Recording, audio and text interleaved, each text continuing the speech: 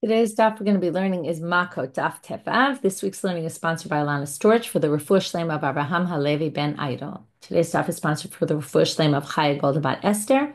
And today's daf is sponsored by the Hadran women of Long Island for the refuah shleima of our friend and co-learner Leah Brick, Leah Brindel bat Gittel Yenta betoch Sha'ar Cholei Israel.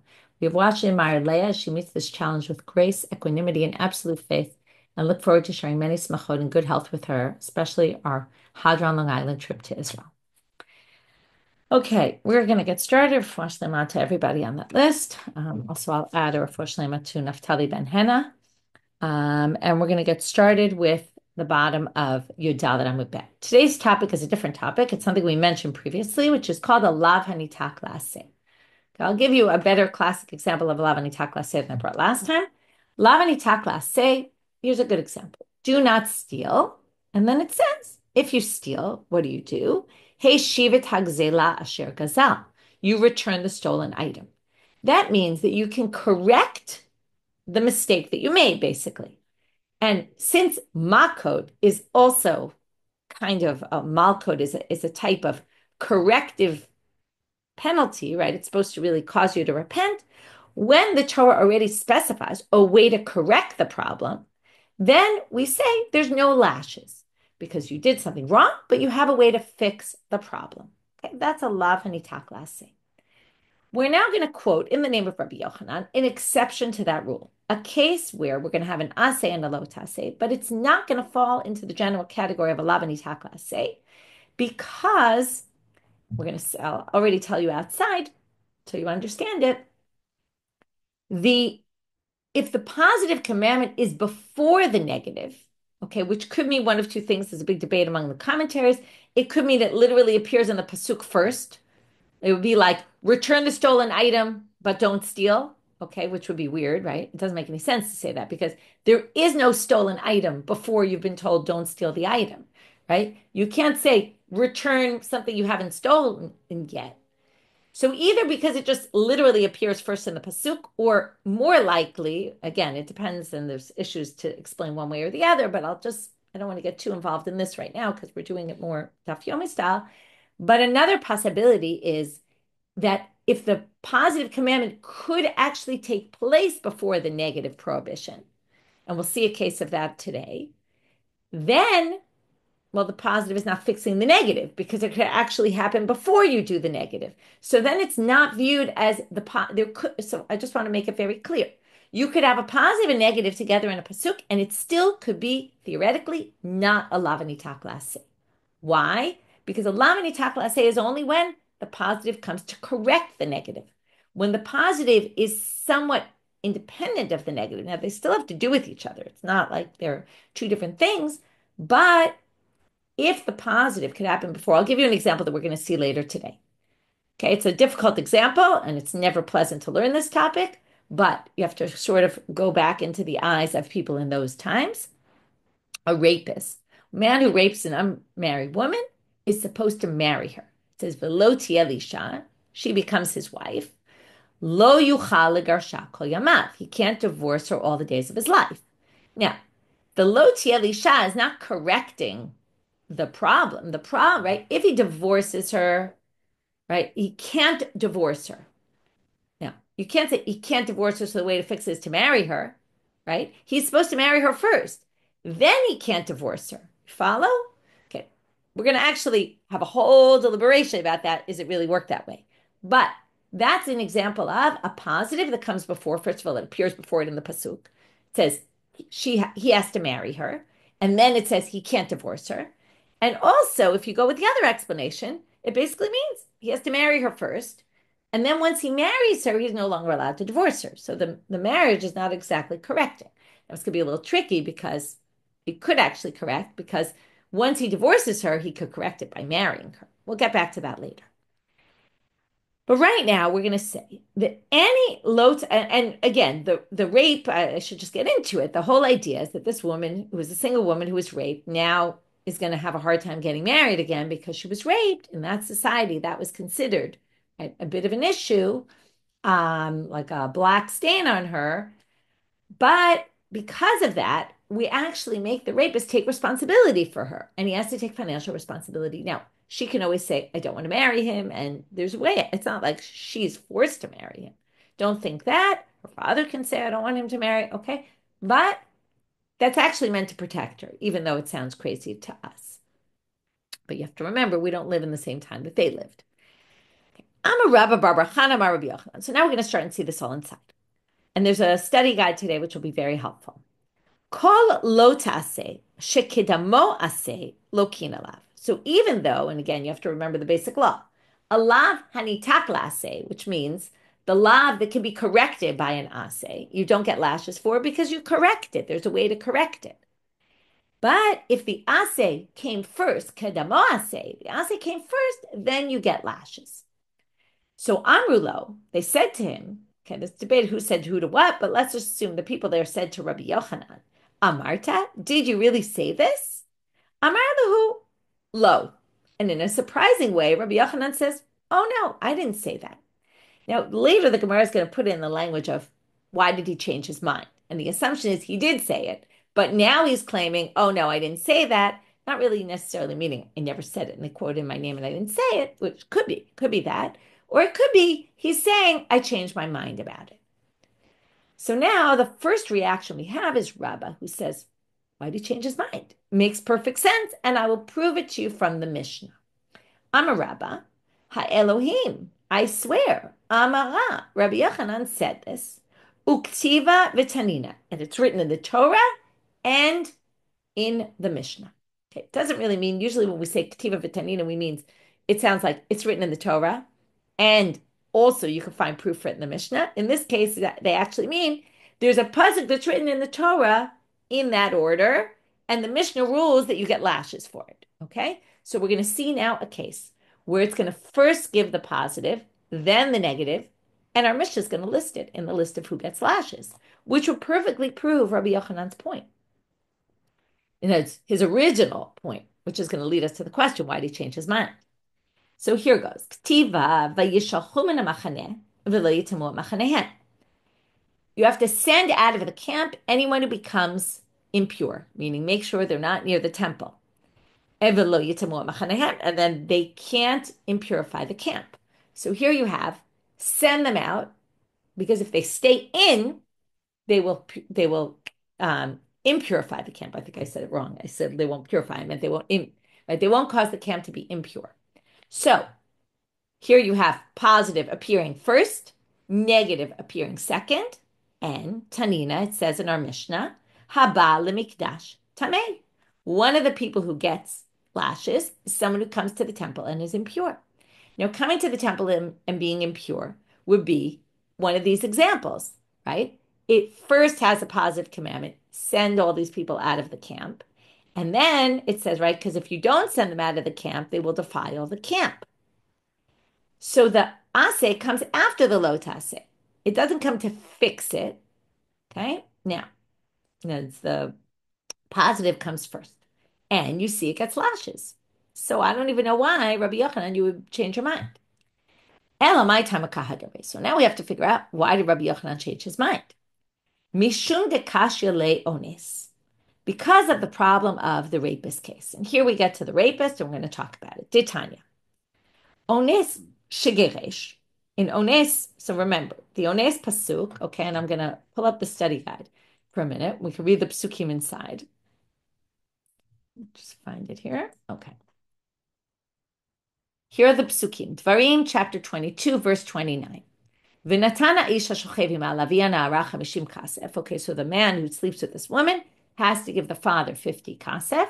Velo isha, she becomes his wife.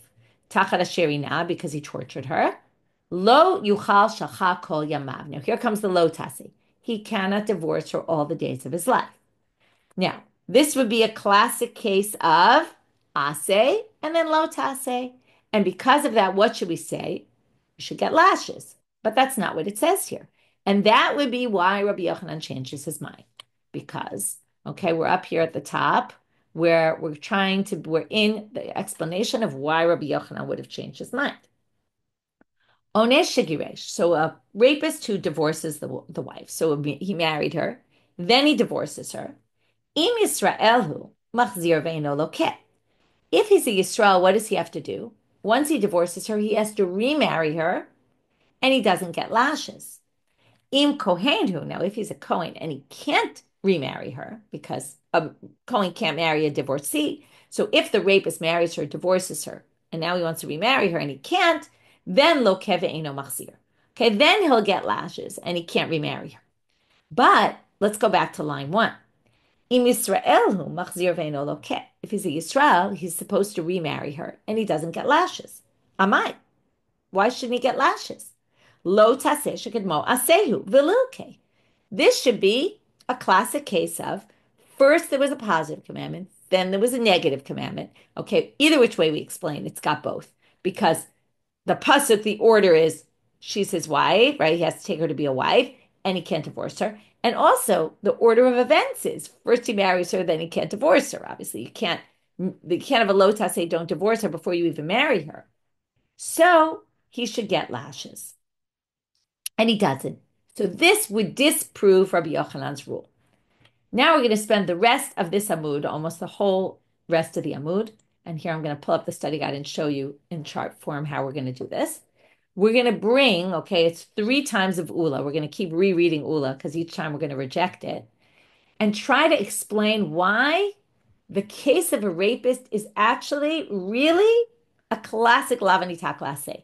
Even though the order in the pasuk and the order of action seems to be positive commandment, then negative, we're actually going to try to say it's really a negative and then a positive, okay? Or somehow it's an exception to the rule. So we're going to have 3 attempts by Ulla and then 1 attempt by Rava. And you can see already from the chart, because the second side of the chart is how we reject it.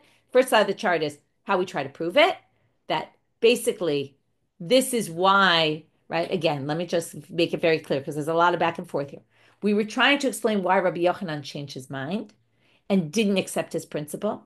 So what we're doing here is by saying, oh no, that's not true. Ones is not part of that rule. The rapist is not part of the rule of an aseh and a lo taseh. It's actually more like the lo taseh, the negative, and then the positive. And once we do that, we have no problem with the rule. And then we go back to saying the rule he said in line 1 is actually correct. If you have an aseh and then a lo taseh, you actually get lashes. And basically going against the fact that Rabbi Yochanan says, I changed my mind. Because there's really no reason that Rabbi Yochanan changed his mind. It actually makes sense what he said. That's what we're really trying to do in this section. Okay, what I did in the sheet, if it helps you, I tried to organize it in 2 ways because I know some people like charts, some people prefer kind of seeing the flow. So first I organized the sugya in chart form, each option and how the Gemara rejects it. And then I also did it in kind of the other form of how I do things, where I kind of said there's this, and then there's the next thing, and the difficulty, and there's the second attempt, and the third attempt, and the rejection of it. Okay, so you can use the study guide as you learn to help you organize it. I'm not going to share screen because I'm just not. Okay, now we're going to go in the Gemara. So like I said, we're going to first start with the 3 attempts of Ulla. Amar Ulla. Now, before, I am going to show you the study guide for 1 more minute because there's a pasuk here that I want you to see, which is the pasuk we saw before of the rapist, also appears by Motzi Shemra in almost word for word the exact same thing. Motzi Shemra is a person who gets married, claims his wife was not a virgin when he got married, and she had said she was, or the father of the bride had said she was. And he basically makes a big deal about it, and it turns out he lied. Okay, they disprove him, and he's wrong. So if that's the case, right, that's why it's called a mutzi shemra. He slandered her. And Shiur tomea kesef, he pays 100 kesef. This is double the amount of the rapist. V'natnu la'avi anara, and they give it to the father of the woman, of the girl again. Ki hotzi shemra al betulat Yisrael, because he slandered her. Vilo, now here's the important part. Vilo tielisha, same thing. He has to marry her, which is a little bit strange because he's already married to her. Okay, we'll get back to that later. Lo yuchal shacha koyamav. Okay, he cannot divorce her for the rest of his life. So lo tielisha here sounds like, she remains his wife.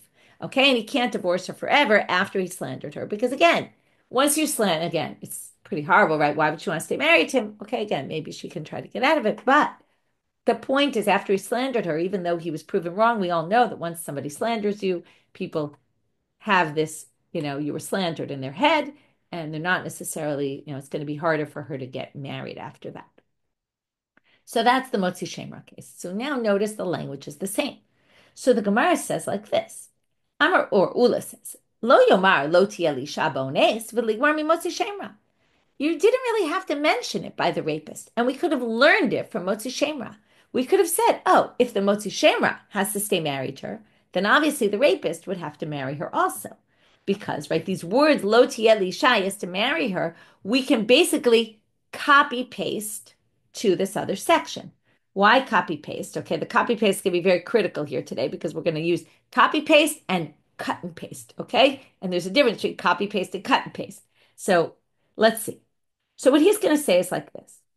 Lo tiyelisha bo'nes, right? Don't say that. You could have just, the Torah didn't need those words.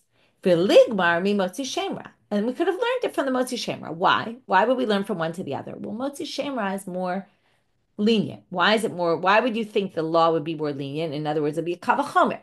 If the Motzi Shemra has to marry her, all the more so the rapist would have to marry her. Why? Uma Motzi Shemra shelo asa ma'aseh. Because in the end, the Motzi Shemra didn't do anything wrong. Now, what do you mean didn't do anything wrong? He didn't do an action. Because remember, words are not actions. And even though slandering is awful, it's not the same as raping, right? That's a physical action of disgracing this woman. So if the Motzi Shemra didn't do a maaseh, an action he didn't do, right? It's not like he didn't do anything. He didn't do an action. And Amar Rachmana lo tiyelisha, the Torah says he has to be married to her. Ones lo koshakein, the rapist all the more so. Which means what? Which means that the words lo tiyelisha in the rapist case is actually totally unnecessary. Now, what do we do when we have unnecessary words? Herein comes the cut paste and not the copy paste. Okay, let's say lo tiyelisha didn't appear by the ones at all. We would have done copy paste from Motzi Shemra. Now that we have the Motzi Shemra, we don't need the words lo tiyelisha. So what are we going to do? We're going to use an ime no inyan. Ime no inyan works like this. If there's no point for it to be there, it should be somewhere else or be talking about something else. So that's going to be cut paste. Where should it be pasted to? Ime no inyan lefanav, if it's not before, meaning, okay, there's 3 stages here. There's the stage, or let's talk about 2 stages right now. There's the stage after the rape, where they're not married yet, and he's supposed to marry her. We don't need that stage. That's the lefanav. Lefanav is before he divorces her, okay, or early stage. At the early stage, he has to marry her. Then the Torah says, lo yuchal shachal kol yamav. Once he marries her, he can't divorce her. Now, if the lo tiyelisha doesn't belong there, because we can learn from Motzi Shemra, then we should cut paste it where? After the divorce. Now, if it says lo yuchal shachal kol yamav, now this is a classic lav hanitak laseh. Don't divorce her, and if you divorce her, v'lo tiyelisha, remarry her. And the marrying in that pasuk then isn't marry her in the first place; it's remarry her if you divorce her. Now we're going to explain, according to that, it's a regular lav hanitak laseh. It's no longer aseh before lo taseh because we cut it and we put it at the end of the pasuk. Okay? Again, in a very creative fashion, but that's what we managed to do. Once we put it at the end of the pasuk, now we can explain why you don't get lashes there. Because it's your classic, you did something wrong and you have a way to fix it. He divorces her. How does he fix it? By remarrying her. And that seems very simple, even though, right, it's not exactly the most simple because we've copied, pasted, and then cut, pasted. So Tinei Winyan Lacharav She'im Geresh Yachzir, that if he divorced her, he should remarry her. But the Gemara says this doesn't work because Akati, the whole Akati means still this doesn't work. Why? Your whole theory was Motzi Shemra didn't do a maaseh, and the ones was worse, more severe, because the ones did a maaseh, the rapist. But ones means Motzi Shemra lo gamer. You can't learn one from the other. Why? Because you could knock out that logic. It's not true that the ones is more severe. Because ma Motzi Shemra sheken lokel mishalem. We learned this already. The Motzi Shemra is an exception to the rule because it says v'yisruoto. They give him lashes, and he pays money, the mea kesef that we just saw. Usually, if there's lashes and money, you don't get both. Kim le b'derabba mine. We've been talking about that. But in this case, it's an exception. You actually get both. And therefore, you can't say that. You can't say that the ones is just as severe because it's not just as severe. Okay, it's not more severe. We thought it was more severe because he did an action to her, but it's got a different element where the Motzi Shemra is more severe, and you might say that's why the Motzi Shemra says Lo Tia Lishan. You can't necessarily learn it from the ones, and that's why you need a special pasuk by the ones, and that's why in the end the ones is still first ase, then lo tase, and then it's back to square one, which is, oh, that seems to go against Rabbi Yochanan's rule. And we're trying to say the opposite. So let's keep going. Ella. So let's try a different attempt. And again, I put these as all three are Ulla because it's basically variations of what Ulla said. Now we're going to do the exact reverse. We're going to say that the words lo ti elisha and the motzi shemra are unnecessary. Because if the motzi shemra is more severe than the rapist, then you could have learned from the rapist to the motzi shemra. And now we're going to have the same copy paste and then cut paste, but in the other direction. But we're still going to end up pasting words at the end of the ones case. Okay, let's see how we do it. Ella lo yomar lo ti elisha b'motzi shemra v'ligmor me'ones. So the Torah didn't need then lo ti elisha by the motzi shemra. It could have learned it from the rapist case. How so? Because basically what we just ended with. Uma ones she'eno lokeh u'mishalem. The ones is less severe because he doesn't get lashes and also pay. He just pays. And yet, Amar Rahmana lo ti elisha. And the Torah says, right, you have to marry her. So all the more so, motzi shemra, which is a more severe case, lo kol shekain, that he would have to stay married to her. V'lama ne'amar. So why does it say lo ti elisha? Well, again, now we're going to cut it and say it doesn't belong there. It's not needed there because you could have learned one from the other. Here comes our cut. If it doesn't belong in motzi shemra, paste it where? Take it from motzi shemra, paste it into the ones after the divorce, right? Tenei winyan laones. And now put it in the ones now, but let's start with cut it from motzi shemra, put it in the ones. Where would you put it? Well, in the beginning, right? Just like in the motzi shemra pasuk, it appears before the words lo yuchal shachak kol yamav. He can't divorce her forever. So let's put it also there. But there's something there already. Lo ti elisha already appears there. So the only place in that pasuk to add those words is after the divorce. So now we're going to have it where lo ti elisha is also before, but also after. And that's also going to mean this is a hanitak laseh, because as long as you have words after and a way to rectify the situation in the end, that's called a hanitak laseh, a classic case where you wouldn't get lashes. And that explains why the rapist doesn't get lashes. And it's no longer viewed as a case of starts with an aseh and moves to a lo taseh because it also ends with with an aseh, with the positive. So that all works well, except if you're thinking, we already said, though, there's a chumrah by the rapist. So, right, the rapist is more severe because the rapist did a maaseh. So we're going to reject the premise of this whole answer, which is, oh, we could have learned from the rapist to the motzi shemra because motzi shemra is more severe. What do you mean? The rapist is more severe in a different element, right? So again, motzi shemra meones nami lo gamar. You can't do this whole thing. You can't say, oh, we could have learned lo ti elisha from the rapist to the motzi shemra, and then it's unnecessary, and we could cut paste it and put it by us. But the rapist did an action way worse than the motzi shemra, so it's not necessarily just because lo ti elisha by the rapist he has to marry her. It doesn't necessarily mean that the motzi shemra has to stay married to her. Okay, so that didn't work. Let's try another one.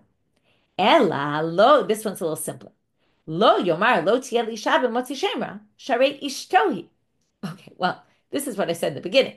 The whole words lo ti elisha in the motzi shemra case is ridiculous. It says marry her. What do you mean? He's married to her already. This happens after they're already married. And all it needs to tell you is lo yuchal shachak kol yamav, because they're already married, and therefore all it needs to tell you is you can't divorce her ever. So why does it say you should marry her? Makes no sense. So again, now you know what they're going to do, right? Lama ne'amar, why is it said? Cut, paste. And where are you going to paste it? If not, the rapist. So if it has no place here because they're already married, cut it put it in the ones case. Just so you know, not that this really matters, but they're 10 psukim off from each other. So they're not so far from each other, but still it wouldn't, I mean, it's not like that helps. You can always do an ime no inyan, even if the psukim are nowhere near each other. But anyway, right, it's again, this is a method of drashot that, it's hard for us to understand how you could just do that, but that's the way it works. So now they say, now again, Tnei Winyan Lones, where are you going to put it in the rapist case? Well, you can put it in the beginning where it belongs, where it is in the Motzi Shemra case, but you already have those words there. So Imeno Winyan Lefanav, once you cut and paste it in the beginning there, well, there's no point to cut and paste. It's already got the same words there. Tnei Winyan Lacharav, put it at the end. And when you put it at the end, again, that's going to make it a classic lav hanitak laseh, where the lav is corrected by a positive commandment. And then we're going to say the lo tieh lisha, you have to marry her, really means in the rapist case, after you already divorced her, you have to remarry her. But Gemara says that's not a good explanation, because if the words are unnecessary in the Motzi Shemra case to say you have to marry her because you're already married, the much better way to do this, and if these drashot are sitting with you not well, here the Gemara says it very well, which is be'ema imenu inyan lefanav de motzi shemra. If it doesn't belong in the first part, if we go through time frames, after he slanders her, he's supposed to marry her. Okay, it obviously doesn't belong there. Where's the most logical place to put it, to paste it? Tnei winyan lacharav didei de lo lake. Why don't you just say, okay, the motzi shemra is doesn't belong there. So what happens? He slanders her. Then it says he can't divorce her for the rest of her life, right? Or the rest of his life. And then the lo tieh lisha should say, and if he does, he has to remarry her. And that would make that case a lav hanitak laseh. But why would you move it to the rapist case when it has a perfectly good natural spot to be cut and pasted in that same pasuk? So in Achinami, the Gemara says, yeah, you're right. That's a good problem, right? It makes a lot of sense. However, still you could say, okay, let's say we cut and paste the words at the end of the Motzi Shemra section. Don't divorce her. If you divorce her, this is how you fix it. Well, now, ate ones v'gamar mine. Now that you've already set up this paradigm, lo yuchal shalcha kol yamav, and then lo tieh lisha, remarry her. Well, now let's take the other place in the Torah that it says this, rapist case, and say it's the same is true for there. So now instead of cut paste, we're going to, cut paste it from beginning to the end of the Motzi Shemra section, and now copy paste it, because it's the same idea, to the rapist case. So still you could get to the rapist case from here, and then you'd be able to say, oh yeah, this is a classic lav hanitak laseh, and that's where you don't get lashes, and this doesn't break Rabbi Yochanan's principle at all. But what's the problem? You already know. How are we going to learn from Motzi Shemra to rapist?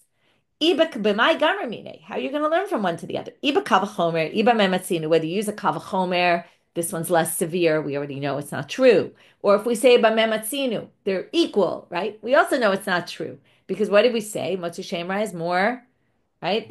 We're going to say ikalamifrach, like we said before. You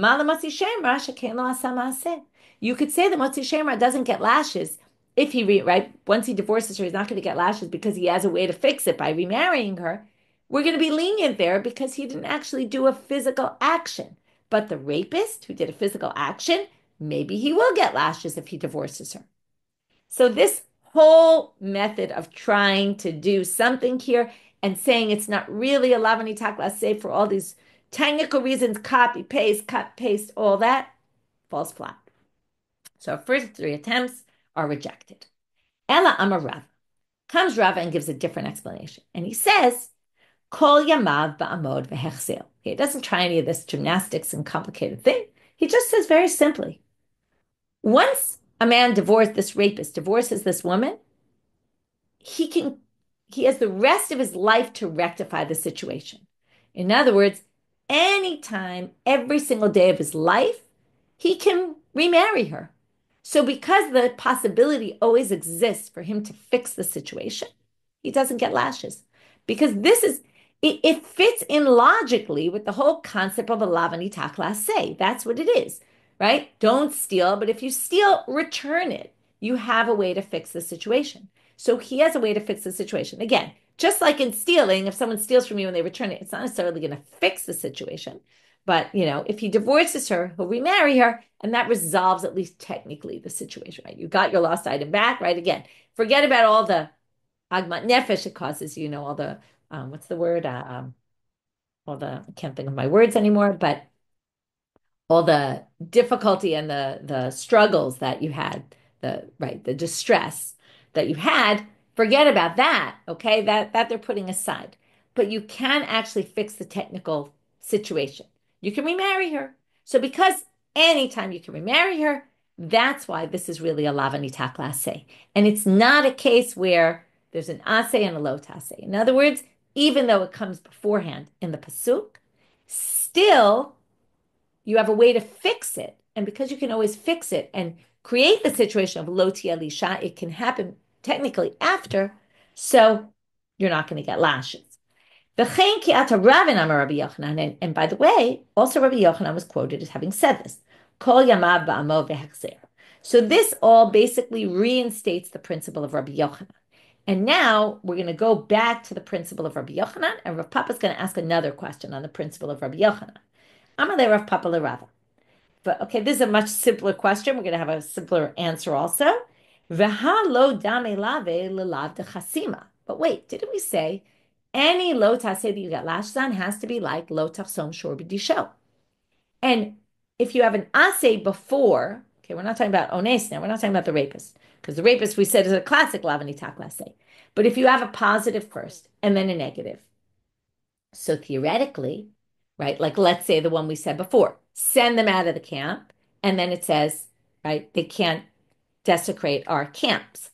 So now they say, well, that's not like lav de chasima, because the lav de chasima comes with just lo tachsom shor b'disho. It has no mitzvah aseh before. So if you're going to say you get lashes on this, don't we only get lashes on things that are like lo tachsom shor b'disho? Don't muzzle your animal while they're threshing.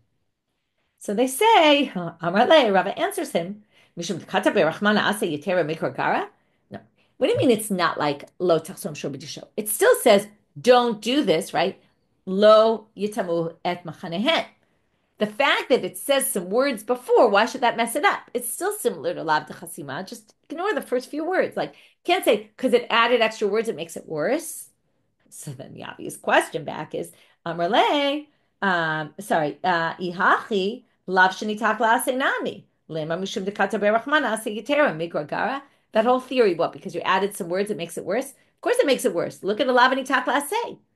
Don't steal, and if you steal, return it, changes it completely. It's not like Lav de Chasima anymore, because it has a way to fix it. Well, there's extra words, and the extra words actually, ruined it. In other words, ruined it to the extent that it's no longer like the regular classic lav, and that's why you don't get lashes. So that's a ridiculous theory saying, oh, just because you added extra words shouldn't ruin it, to which they say, no, no, no. There's a big difference between the words before and the words after. And this gets to the whole crux of the idea of the lav hanitak laseh, which already I discussed in the beginning, but you'll see it again here. Amarle, hahu linnachuke lav huda'ata. Linnatek, okay, lav hanitak laseh, means to uproot. This lo taseh is uprooted by the aseh that comes after it. When you say return the lost item you stole, that basically uproots the lo taseh because you have a way to fix it. So because you have a way to fix it, it actually uproots the negative prohibition. And that's why you don't get lashes. But that's not true if the aseh comes first. It's not uprooting the lo taseh. And that's why if it comes first, you actually could get lashes. If it comes second, it's almost like it's nullifying, right? It cancels out the lo taseh. Now it's a little jumpy here because we finished with Rava at that section, right? Then we jump back to the principle in general, and now we're going back to Rava's answer. Okay, Rava, which we also said is Rabbi Yochanan's answer, which is this kol yamav ba'amo v'hechzer. And that's how we explained in the end how we can explain the principle in light of without the difficulty of the rapist case, because we're basically saying the rapist case, he can constantly, right? It's always upon him the opportunity to remarry her, and therefore he won't get lashes. So now we're going to learn something that's not going to be so clear. I'm not going to explain it so well until we get to the next part, and then we'll go back and reread this because it's a little hard to understand without reading it all inside. Hani chalamanda amar, this whole thing, only works according to the person who says bitlo velo bitlo. This is very confusing. There's going to be a Braita we're going to learn. And there were two versions of the wording in the Braita. Is it canceled or not canceled? Or is it fulfilled or not fulfilled? Okay?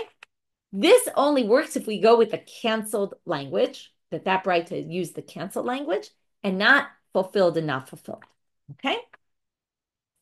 So if we say fulfilled and not fulfilled, if that's the way you read that Braita, which again, I assume you don't understand yet what we're talking about, don't worry. Let's just get the structure. This whole theory of you could always be constantly having this opportunity to fix the problem only works with the bitlo, lo bitlo version of this Braita. So what are you going to do for those who say kimo velo kimo? To which the Gemara answers, turning out I'm a bet, Miti hutama elel Rabbi Yochanan. Wait, this whole question is on Rabbi Yochanan because it's all about his principle. So, Ha'amar le Rabbi Yochanan l'tana tnei bitlo chayav velo bitlo patur. Didn't Rabbi Yochanan say, and now we're going to see in a minute where he said it and what the two versions are, but Rabbi Yochanan himself accepted the version of bitlo velo bitlo. So you're asking a question on Rabbi Yochanan from, we're going to see it's Rish Lakish who says the opposite, but Rabbi Yochanan doesn't have to fit with Rish Lakish, so it's all fine and good. Okay, what we're going to do is now we're going to learn it, and then we'll go back and read it again, and you'll understand. Ditane Tana Kamed Rabbi Yochanan. So somebody brings a Braita before Rabbi Yochanan, and they read it like this. Kol mitzvot lo taseh sheyesh bakum aseh, which is our topic. We have a negative commandment, which has a way to fix it by doing a positive commandment. In all of these cases, kiyem aseh sheba patur. If he fulfills the mitzvah aseh, he's exempt from lashes. Bitel aseh sheba chayav. But if he cancels the opportunity to do the positive commandment, okay, like for example, what does it mean? It means he creates a situation where it's no longer possible to do the positive commandment. Okay, let's say rapes a woman, marries her, divorces her, and now takes a vow later on, that says, I will never benefit from this woman again, which now means he can no longer marry her. So he now nullifies the opportunity, cancels the possibility of actually fixing it. At that moment, he gets lashes. Okay? Because since he can no longer fix the problem, he gets lashes. Now, Rabbi Yochanan's response to this Braita is such. Amar le, my ka'amarta, kiyem patur lo kiyem chayav, or bitel chayav lo bitel patur. What he basically says is, when you said kiyem aseh sheba, if he fulfills the positive commandment, he's exempt from lashes. If he doesn't fulfill it, now you would expect it to say, if he doesn't marry her immediately, then he has to get lashes. But that's not what it says. It says, if he later creates an opportunity where he won't be able to fulfill the mitzvah, then he gets lashes. But it doesn't say if he doesn't remarry her, he gets lashes. And basically, we're going to say there's either one of two ways of understanding this. It has to be chemo or low chemo, or it has to be bitlo, low bitlo. You can't combine the languages of bitlo and low bitlo and chemo. And you'll see why in a minute. Because what is chemo, low chemo? Chemo, or let's start with bitlo, low bitlo, because we already kind of explained that, which is man divorces the wife, okay? And this fits perfectly with Rava and Rabbi Yochanan of Kol Yamab and He can constantly fix the problem, right? Whenever he wants, any day, he can remarry her. And therefore, he never gets lashes until what point? Unless he hits a point where he can no longer fix the problem. Like he takes a vow that I'll never benefit from her, which means he now can't marry her. So if he creates a situation where he cannot fix it, he'll get lashes. But until that point, he's never going to get lashes because he can always fix the problem. That's if we go with the language of bitlo, right? So again, instead of kiyem aseh sheba patur, right? Lo bitel aseh sheba patur. If he didn't preclude the option, he's always exempt from lashes because he can always fix the problem. But if he did cancel the aseh, then he can't. Now, let's go to the chemo, low chemo. This means that when you get to the court and the court says, you divorce this woman, you're not allowed to divorce her. You have two possibilities right now. Option one, you can marry her right now. So if kiyem, if he goes that path, patur. Lo kiyem, if at that moment he says, I'm not interested in marrying her, gets lashes right then and there.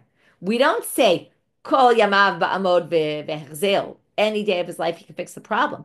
Already at that moment, we give him lashes. That's a different way of understanding them. Now you see why that doesn't fit at all with kol yamav amod ve'hechzel. And therefore, so now let's go back. The Gemara said this whole theory of kol yamav ba'amov ve'echzel only works if you go with bitlo lo bitlo. If you say chemo lo chemo, as soon as you say I'm not interested in that possibility, you get lashes. Well, that doesn't work at all, right? That doesn't work with what we just said, ma'ika lemeimar. To which again the Gemara said, oh well, we're going with Rabbi Yochanan. This is Rabbi Yochanan we're trying to explain, and Rabbi Yochanan says bitlo lo bitlo, and that's what we're going to see right now. So Amalei. So again, let's just go back to the Breita. We read the Breita, right? A mitzvah lo taseh that has a way to rectify the situation. Again, the language was kiyem aseh shabbat patur bitel aseh shabbat chayav, which didn't make any sense. Rabbi Yochanan said, "My kamarta kiyem patur lo kiyem chayav or bitel chayav lo bitel patur." Which one? Either that or that. You can't combine those two because then you have all this gray area in between, which is they don't fit together at all. Tune bitlo velo bitlo. So Rabbi Yochanan says you should read it as bitlo lo bitlo. That's the version Rabbi Yochanan takes, and that fits perfectly with what he said, so there's really no question. But now we're just going to finish up with his machloket, because surprisingly, who disagrees with him? Rish Lakish. Okay, Rabbi Shimon ben Lakish Omer, they always argue, right? Kimo velo kimo. Rish Lakish says, no, you can give lashes immediately. If the guy says, I'm not interested in remarrying her, he gets lashes right away. What's the root of their machloket? The root of their machloket has to do with this topic called hatra'at safek kamiflage. What's hatra'at safek? Hatra'at safek is when I warn you now that if you do this, you're going to get lashes. But it's not clear if you're going to do it or not. Because if bitlo, lo bitlo is a possibility, then that means at the moment he gets to court and they say you have to remarry her, and he says, not now, well then they warned him now. If you don't remarry her, you're going to get lashes. But you can't, it's not true. Because if he doesn't remarry her today, he doesn't get lashes because he could still remarry her tomorrow or in 10 years from now or 15 years from now. And when he later goes and let's say takes a vow, I will never benefit from this woman, at that point, right, the warning from before can't be relevant anymore because that was a hatra'at safek, okay? But if you hold that a hatra'at safek does work, even though we warned then, it could still be relevant later, even though it wasn't clear then he was necessary. It wasn't. Hatra'at safek is when you warn and they're not going to necessarily transgress it that next minute. Because again, just by not marrying her is not the transgression, according to Rabbi Yochanan, until a later point, until it becomes an impossibility for him to marry her. So according to Rabbi Yochanan, hatra'at safek actually works. And that's why he thinks that this possibility of bitlo could happen. Rish Lakish says hatra'at safek doesn't work. Since it doesn't work, you can't get lashes for that. And therefore, the only way you can get lashes in this case would be if we hold chemo lo chemo. You say, do you know that if you don't marry her right now, you'll get lashes? And if he doesn't marry her right then, he will get lashes. That's Rish Lakish's position. So we'll just read that inside. Mar Savar, that's Rabbi Yochanan, hatra'at safek shmatra. You can warn then, and it will be relevant later. It will kick in when he says when he does some action that creates the impossibility, right? It's no longer possible for him to remarry her. And then we can give him the lashes then. But Rish Lakish can't hold that way because Rish Lakish holds Mar Savar, hatra'at safek lo shmatra. That's not a warning. If the warning's invalid, then you can't get lashes. And therefore you won't get lashes in that case. And that way, that's why he has to read the Mishna. If the Breita, if the Breita is saying you get lashes, it must be you get lashes at the moment that the court says, if you don't do this now, you're going to get lashes right now. And again, he doesn't believe in kol yamav ba'amod echzer. He can always fix this lota, say, no, you're going to get, maybe he can fix it later, but you're going to get lashes now anyway. And we'll just start this next line. Azdu l'tamayu, they go according to their own. In other words, we have this same debate somewhere else. It's not like we're just suggesting maybe he holds that and he holds that in this case to make sense of it.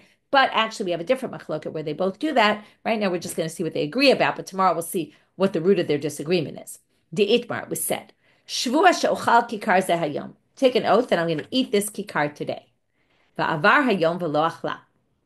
And the day passed, and I didn't eat it. Now, again, we're warning you every moment of the day, right? At the end of the day, when you didn't eat it, in the end of the day, you're over on it. But when was the warning? When you took the oath, right? Do you know that if you don't keep this oath, you'll get lashes? Okay, so Rabbi Yochanan Rish Lakish to Amri Travayu Eino Loke. Both of them say you don't get lashes, but why don't you get lashes? We're going to have to see. Each one has a different reason as to why you don't get lashes for taking an oath. I'm not sure what I said, but that I will eat this loaf of bread today. Okay, so both of them say you don't get lashes. The question is why. And we're going to see that this hinges on this debate about is a warning given before the actual event where, only at the very end of the day is when you're going to transgress by not eating it. So does that warning in the beginning of the day work for later or not? Okay, so what did we do today? It was very easy to summarize. We had this statement of Rabbi Yochanan. If the assay comes first, you get Makkot. He claimed, I changed my mind. Rabba said, why'd you change your mind? Look at the Mishna. The Mishna has a perfect case like this where you do get lashes. And that would prove your point. To which they try to say it's because of the rape case that he changes his mind. To which they, in the end, reject the rape case, even though it took us a while. In the end, say the rape case is actually a classic hanitak assay, and that's why you don't get lashes. And Rabbi Yochanan really could hold by his original position. I never really hear if Rabbi Yochanan goes back to say, I do hold that way, but we have managed to prove it. And then we just had these other two questions, right? We had another question on him. It's not really like the lav of chasima. We said, oh no, those extra words in the beginning don't really count. And then we had this question against the whole kol yamab ba'amod echser doesn't really fit in with this other girsa, to which we said we don't care. It doesn't fit in with the girsa because Rabbi Yochanan himself didn't hold by that girsa, and Rava was just trying to explain Rabbi Yochanan. So it really shouldn't pose a problem. And that's really what we got to. And then we got to that two different gersot, which are based on this machloket about whether a warning given earlier before the action actually happens is a relevant warning or not. Machloket Rabbi Yochanan Rish Lakish, and we'll get back to that tomorrow.